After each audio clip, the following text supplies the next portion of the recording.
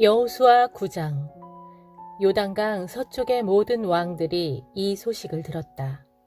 야산지대, 평원지대, 레바논에 이르는 지중해 해안의 모든 왕들, 곧 헷사람, 아모리 사람, 가나안 사람, 브리스 사람, 히위 사람, 여부스 사람의 모든 왕들이 여호수아 군대의 승리 소식을 듣고 함께 모여서 여호수아와 이스라엘에 대적하여 싸우기로 하였다. 하지만 기브온 사람들은 여호수아가 여리고성과 아이성을 어떻게 했는지에 대해 듣고는 여호수아에게 계략을 쓰기로 작정했다. 그들은 낡은 가방과 터져서 기운 흔적이 있는 해진 포도주 부대를 나귀에 싣고 먼 여행을 한 사절단처럼 꾸민 후에 길을 떠났다. 낡아서 여기저기 덧댄 신발을 신고 낡은 옷을 걸쳤다. 그들이 먹는 빵은 마르고 곰팡이가 피어 있었다. 그들은 길갈에 진을 치고 있는 여호수아에게 나가서 그와 이스라엘 사람들에게 말했다. 우리가 이렇게 먼 길을 온 것은 저희와 조약을 맺어 주십사 해서입니다. 이스라엘 사람들이 그 히위 사람들에게 말했다. 보아하니 당신들은 우리 근처에 사는 사람들 같은데 어떻게 우리가 당신들과 조약을 맺는단 말이오. 그들이 여호수아에게 말했다. 우리는 당신의 종이 되겠습니다. 그러자 여호수아가 물었다. 당신들은 누구요? 어디에서 왔소? 그들이 대답했다. 당신의 종들은 당신의 하나님에 대한 명성을 듣고 아주 먼 곳에서 왔습니다. 우리는 주께서 이집트에서 하신 일에 대해 알고 있습니다. 주께서 요단강 동쪽에 사는 아모리 사람의 두 왕, 곧 헤스본의 왕 시혼과 아스다롯 지역을 통치하는 바산 왕 옥에게 하신 일에 대해서도 잘 알고 있습니다. 그래서 우리 땅에 살고 있는 장로들과 모든 주민들이 우리를 이리로 보내면서 말했습니다. 여행할 채비를 갖추고 길을 떠나시오. 그들에게로 가서 우리는 당신들의 종이니 우리와 조약을 맺어 주십사 하고 말하시오. 우리가 가진 이 빵을 보십시오. 우리가 길을 떠나던 날에는 따뜻했었습니다. 하지만 보시다시피 지금은 마르고 곰팡이가 났습니다. 포도주를 담은 가죽 부대도 새 것이었지만 보시다시피 이렇게 낡아서 터졌습니다. 우리의 옷과 신발도 먼 길을 오는 동안 다 닳았습니다. 이스라엘 사람들은 그들의 음식을 취해 살펴보았다. 하지만 그 문제에 대해 주께 진실을 묻지 않았다. 여호수아는 그들과 평화조약을 맺고 그들을 살려주기로 했고 회중의 지도자들도 그 조약을 지키기로 맹세했다. 기브온 사람들과 조약을 맺은 지 사흘이 지난 뒤 이스라엘 사람들은 그 사람들이 자신들 가까이에 살고 있는 이웃이라는 말을 들었다. 그래서 사실을 파악하려고 이스라엘 사람들은 길을 떠났다. 사흘째 되는 날 이스라엘 사람들은 그들이 살고 있는 기브온과 그비라와 브에롯과 기란여아름에 도착했다. 하지만 회중의 지도자들이 이스라엘의 주 하나님의 이름으로 이미 맹세를 한 터라 이스라엘 사람들은 그들을 공격할 수가 없었다. 그래서 이스라엘 온 회중은 지도자들을 원망하였다. 그러나 지도자들이 모두 나서서 말했다. 우리가 이스라엘의 주 하나님의 이름으로 그들에게 이미 맹세했으므로 우리는 그들을 해칠 수 없습니다. 우리가 그들에게 한 맹세를 깨뜨리게 되면 주의 진노가 우리에게 닥칠 테니 그들을 살려줄 수밖에 다른 길이 없습니다. 그들을 살려주기로 합시다. 하지만 우리 회중을 위하여 그들로 하여금 장작을 패게 하고 물을 깊게 하여 우리의 종으로 쓰도록 합시다. 그리하여 기브온 사람들에 대한 지도자들의 맹세는 지켜질 수 있게 되었다. 여호수아가 기브온 사람들을 불러 모아놓고 말했다. 여러분은 우리와 가까운 곳에 살면서 어찌하여 먼 곳에서 왔다고 우리를 속인 것이오. 그로 인해 여러분은 저주를 받아서 우리 하나님의 집에서 영원히 장작을 패고 물을 깃는 일을 하게 될 것이오. 그들이 여호수아에게 대답했다. 저희는 당신들의 주 하나님께서 그분의 종 모세에게 이 땅 전체를 당신들에게 주라고 명하신 것에 대해 너무나 잘 알고 있습니다. 하나님께서 이 땅에 사는 주민들을 모두 쓸어버리라고 명하신 것도 잘 알고 있습니다. 그리하여 우리의 목숨이 위태로운데 어찌 두려워하지 않을 수 있겠습니까? 우리가 어르신을 속인 것은 바로 그 때문입니다. 우리는 이제 어르신의 손아귀에 있습니다. 어르신 좋으실 대로, 어르신이 옳다고 생각하시는 대로 행하십시오. 우리는 그저 어르신의 처분만 바랄 뿐입니다. 그리하여 여호수아는 그들을 살려주기로 결정하고 이스라엘 사람들로 하여금 그들을 죽이지 못하게 했다. 바로 그날 여호수아는 기브온 사람들을 이스라엘 회중을 섬기고 또 장차 주께서 선택하실 예배 장소에 세워질 제단을 위해 장작을 패고 물을 깃는 종으로 삼았다. 그래서 오늘날까지 그들은 그런 일을 하면서 살아가고 있다. 시편 140편. 오 주여, 악한 자들의 손아귀에서 나를 건져 주소서. 폭력을 일삼는 자들에게서 나를 보호하소서. 그들은 언제나 악한 계획을 꾸미고 그들은 날마다 모여서 싸움을 일으킵니다. 그들의 혀는 뱀의 혀처럼 날카롭고 그들의 입술 아래에는 독사의 독을 잔뜩 머금고 있습니다. 주여, 악한 자들의 손아귀에서 나를 지켜주시고 내 발을 걸어 넘어뜨리려고 계획하는 저 난폭한 자들에게서 나를 보호하소서. 저 교만한 자들이 나를 해치려고 덫과 올가미를 몰래 놓았고 나를 빠뜨리려고 내가 다니는 길목마다 구덩이와 함정을 깊이 파놓았습니다. 그러므로 이 몸이 주께 외칩니다. 주님은 나의 하나님이시니 주여, 내 부르짖음을 들으시고 내게 구원을 베풀어 주소서. 내 주 하나님이시여, 내 구원의 능력이시여, 이제 나를 건져 주소서. 전쟁의 날에 주께서는 내 머리에 투구를 씌워 내 목숨을 지켜주셨나이다. 오 주여, 악한 자들의 욕망을 절대로 이루어주지 마소서. 그들의 계획이 조금도 성공하지 못하게 하소서. 그들이 우쭐대며 더욱더 높아질까 두렵습니다. 나를 애워싸고 있는 자들이 나를 향해 퍼붓는 그들 입술의 저주가 그들 자신들에게로 되돌아가 그들의 머리 위를 덮치게 하소서.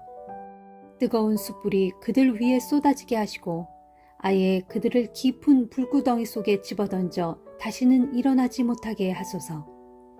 혀를 놀려 남을 헐뜯는 자들로 이 땅에 조금도 발붙이지 못하게 하시고 주먹을 휘둘러 폭력을 일삼는 자들에게는 항상 재앙이 따라다니게 하소서.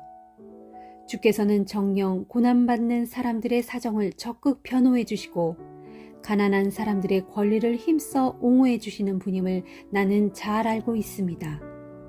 참으로 의로운 자들마다 주님의 이름을 찬양할 것이며 정직한 자들마다 주님 앞에서 떳떳이 살게 될 것입니다. 시편 141편. 주여, 내가 주께 부르짖고 있습니다. 속히 내게로 오소서. 내가 주께 부르짖을 때 내 기도에 귀를 기울여 주소서. 주께 부르짖는 내 기도가 주님 앞에 피운 분향 제단의 향처럼 주님 앞으로 올라가게 하시고 내가 두 손을 위로 들고 드리는 기도는 주님께 바치는 저녁 제물처럼 되게 하소서. 오 주여, 내 입에 파수꾼을 세우시고 내 입술의 문을 지켜주소서. 내 마음이 악한 일에 기울어지지 않게 막아주셔서 나로 악한 일을 꾸미는 자들과 어울려 그들의 악한 짓에 가담하지 않게 하소서. 아예 악인들의 잔치상에는 앉지 말게 하소서. 의로운 자들이 때리는 매는 나에 대한 그들의 친절로 받아들이게 하시고 나를 향한 그들의 꾸짖음은 내 머리 위에 붓는 향기로운 기름으로 받아들이게 하소서. 그러므로 비록 의로운 자들이 재난 가운데 빠져 있을 때에도 나는 그들을 위해 항상 기도하렵니다. 그러나 악한 무리의 지도자들이 바위 절벽에서 굴러떨어질 때 그제야 백성들은 내 말이 옳았음을 깨닫고 비로소 내 말에 귀를 기울이게 될 것입니다. 그때 악한 무리의 지도자들은 말하기를 농부가 쟁기로 밭을 갈 때 흙덩이가 잘게 부스러지는 것처럼 우리의 뼈들이 수올 입구에 산산이 흩어져 있구나 할 것입니다. 오 주 하나님이시여, 나의 두 눈이 주님만 우러러 봅니다. 내가 주님만 믿고 의지하오니 내 영혼을 죽음에 넘겨주지 마소서.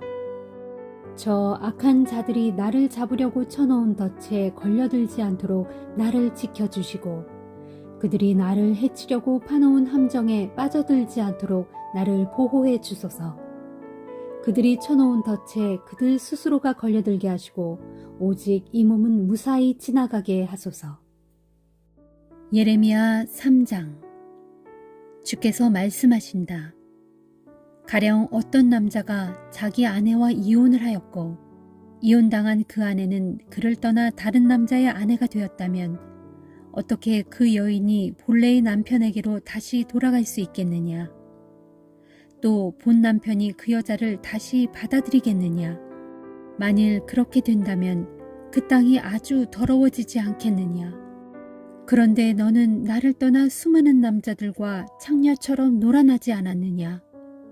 그러고도 어찌 나에게 다시 돌아오려고 하느냐?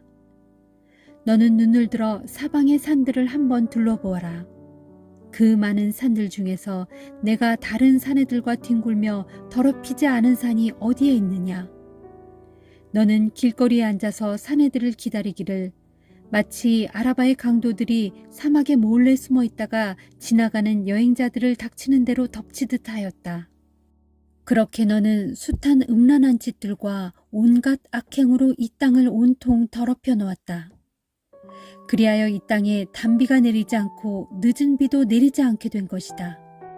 그런데도 너는 창녀의 낯짝처럼 얼굴이 두껍고 뻔뻔스러워져서 아무 수치심도 느끼지 못하였다. 그러면서도 지금 너는 나를 향해 나의 아버지여 라고 부르면서 아버지는 나의 어릴 적부터 오랜 친구입니다. 그런데 어찌하여 항상 화만 내십니까? 영원히 그렇게 화만 내실 것입니까? 하고 항의한다. 너는 이런 식으로 내게 말하면서 온갖 악행을 다 저지르며 내 욕심을 이룬다. 유다왕 요시아가 통치하던 시대에 주께서 내게 말씀하셨다. 너는 신실하지 못한 이스라엘이 하는 짓을 보았느냐? 그가 모든 높은 산들에 올라다니면서 모든 푸르고 무성한 나무 밑으로 가서 이방 우상을 섬김으로 음란한 짓을 행하였다. 그래도 나는 그가 결국엔 나에게로 돌아올 것이라고 생각했지만 그는 끝끝내 내게 돌아오지 않았다. 이스라엘의 자매인 유다는 언니의 이 같은 타락한 행실을 다 지켜보았다. 나는 신실치 못한 이스라엘이 그처럼 이방 우상들과 간음을 행하였으므로 그녀에게 이혼 증서를 써주고 멀리 쫓아버렸다. 이스라엘의 자매인 유다는 언니 이스라엘이 그처럼 비참하게 쫓겨나는 꼴을 보고서도 조금도 두려운 줄 모르고 도리어 자기도 이방 우상에게로 가서 똑같이 음란한 짓을 행하였다. 그녀는 돌과 나무로 만든 이방 우상들과 음란한 짓을 행하면서도 그 일을 가볍게 여기고 계속해서 간음함으로 이 땅을 크게 더럽혔다. 이 모든 음란한 짓을 자행하고서도 이스라엘의 신실하지 못한 자매 유다는 진심으로 내게 돌아오지 않았다. 다만 거짓으로 돌아오는 척 신용만 냈을 뿐이다. 이는 나 주의 말이다. 주께서 내게 말씀하셨다. 신실하지 못하기는 이스라엘이나 유다나 똑같지만 그래도 따져보자면 유다보다는 도리어 이스라엘이 조금 낫다. 그러니 너는 이스라엘 백성이 포로로 잡혀간 저 북쪽을 향하여 크게 선포하라. 외치기를 주께서 말씀하셨다. 이스라엘아 내게 돌아오라. 내가 더 이상 환한 얼굴로 너를 대하지 않겠다. 나는 자비가 풍성한 하나님이니 내가 더 이상 계속해서 너에게 화를 내지 않을 것이다. 다만 너는 내 죄를 깨닫고 인정하여라. 보라, 내가 내 주 하나님을 거역하고 내 욕심을 쫓아 모든 푸른 나무 밑에서 이방 신들에게 절을 하고 내 말에 순종하지 않았다. 이는 나 주의 말이다 하여라. 주께서 또 말씀하셨다. 믿음 없는 타락한 백성들아 내게로 돌아오라. 내가 바로 너의 남편이다. 이제 내가 너희를 한 성읍마다 한 명씩 한 시족 가운데 2명씩을 뽑아서 시온으로 데려오겠다. 그런 다음에 내가 내 마음에 맞는 나의 목자들을 너희 위에 세워주겠다. 그러면 그들이 지혜와 슬기로 너희를 다스리며 양육할 것이다. 주께서 또 말씀하셨다. 너희가 다시 이 땅에서 번성하여 많아지게 되면 너희 가운데 아무도 다시는 주의 언약궤에 대해 말하는 사람이 없을 것이다. 그 궤를 마음에 두거나 기억하는 사람도 없게 될 것이다. 아쉬워할 사람도 없고 새로 만들어야 할 필요도 느끼지 못할 것이다. 그때가 되면 그들은 예루살렘을 주의 보좌라고 부를 것이고 온 세상의 모든 민족들이 주의 이름을 기리기 위해 예루살렘으로 모여들 것이다. 그때의 사람들은 더 이상 자기들의 악한 마음에서 나오는 못된 고집대로 살아가지 않게 될 것이다.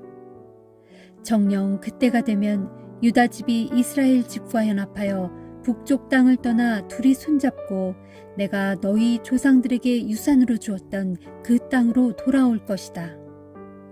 나는 혼자 마음속으로 이렇게 생각하였다. 곧 내가 너희를 나의 귀한 자녀로 삼고 온 세상의 문민족들이 가장 영광스러운 땅으로 여기는 탐스러운 이곳을 너희에게 주면 너희는 나를 아버지라고 부르면서 다시는 등을 돌리고 나에게서 떠나가지 않겠지 하고 생각했다. 그런데 너 이스라엘 족속아, 내가 내게 그렇게 했는데도 너는 신실하지 못한 아내가 자기 남편을 속이고 멀리 떠나가는 것처럼 그렇게 너는 나를 버리고 떠나버렸다. 이는 나 주의 말이다. 보라, 저 민둥산 위의 언덕에서 슬피 우는 소리가 들린다. 이스라엘 백성이 울부짖으며 주님께 간구하는 소리다.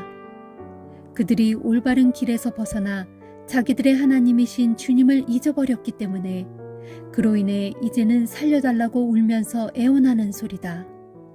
주께서 말씀하신다. 떠나간 자식들아, 내게로 돌아오라. 내가 너희의 신실하지 못한 마음을 고쳐주겠다. 이스라엘 백성이 대답한다. 보소서 주여, 이제 우리가 주님께로 돌아갑니다. 진실로 주님께서는 우리의 주 하나님이십니다. 우리가 모든 언덕들과 높은 산들을 부지런히 찾아다니며 이방신들에게 아무리 호소하고 그들 앞에서 떠들썩하게 잔치 벌이며 제사를 드려보았지만 아무런 소용이 없었습니다. 이스라엘을 구원해 주실 분은 진실로 우리 주 하나님뿐이십니다. 부끄럽고 수치스러운 그것들, 곧 이방 우상들은 옛적부터 우리 조상들이 애써 모은 모든 재산을 삼켜버렸습니다. 우리의 양떼와 소떼, 아들들과 딸들을 몽땅 삼켜버렸습니다. 그리하여 이제 우리는 밤에도 수치를 침대 삼아 눕고 치욕을 이불 삼아 덮고 있습니다. 그것은 우리와 우리 조상들이 오랜 옛적부터 오늘날까지 우리 주 하나님께 줄곧 죄를 지었기 때문입니다. 우리 주 하나님께 순종하지 않았기 때문입니다. 마태복음 17장.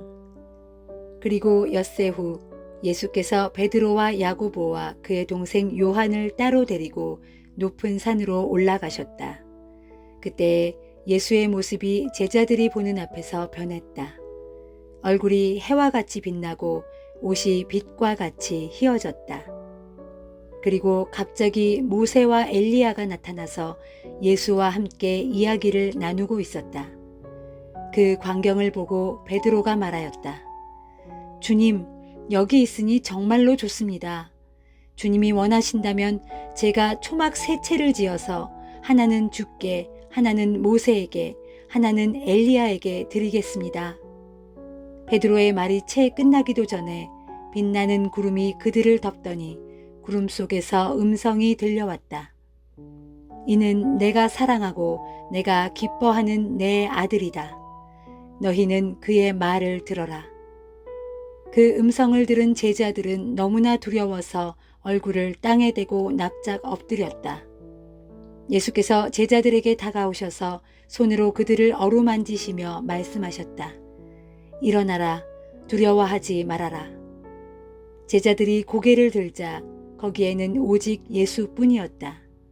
다른 두 분은 어디에도 보이지 않았다. 산에서 내려오는 길에 예수께서 제자들에게 당부하셨다. 인자가 죽은 자 가운데서 다시 살아나기 전까지는 지금 본 것을 아무에게도 말하지 말아라. 제자들이 물었다. 왜 율법 교사들은 엘리야가 먼저 와야 한다고 말하는 것입니까? 예수께서 대답하셨다. 그들의 말이 옳다. 엘리야가 먼저 와서 모든 준비를 갖추어 놓아야 한다. 사실 엘리야는 이미 왔다. 그러나 아무도 그를 알아보지 못하고 자기들 마음대로 다루었다. 마찬가지로 인자도 그들의 손에서 고난을 받을 것이다. 그제야 제자들은 예수께서 세례 요한을 두고 그처럼 말씀하신 줄을 깨달았다. 예수와 제자들이 산 아래에 있는 사람들에게로 돌아오자 한 사람이 예수 앞에 무릎을 꿇고 말하였다. 선생님, 부디 제 아들을 불쌍히 여겨 주십시오. 제 아들이 지금 간질병으로 고생하고 있습니다. 그 아이는 가끔 불 속에 뛰어들기도 하고 물 속에 빠지기도 합니다. 그래서 그 아이를 선생님의 제자들에게로 데려가 보았지만 그들은 고치지 못했습니다. 그러자 예수께서 말씀하셨다. 아, 믿음이 없고 완고한 세대여. 내가 언제까지 당신들과 함께 있으면서 이런 일을 다 참고 견뎌야 한단 말이오. 그 아이를 내게로 데려오시오.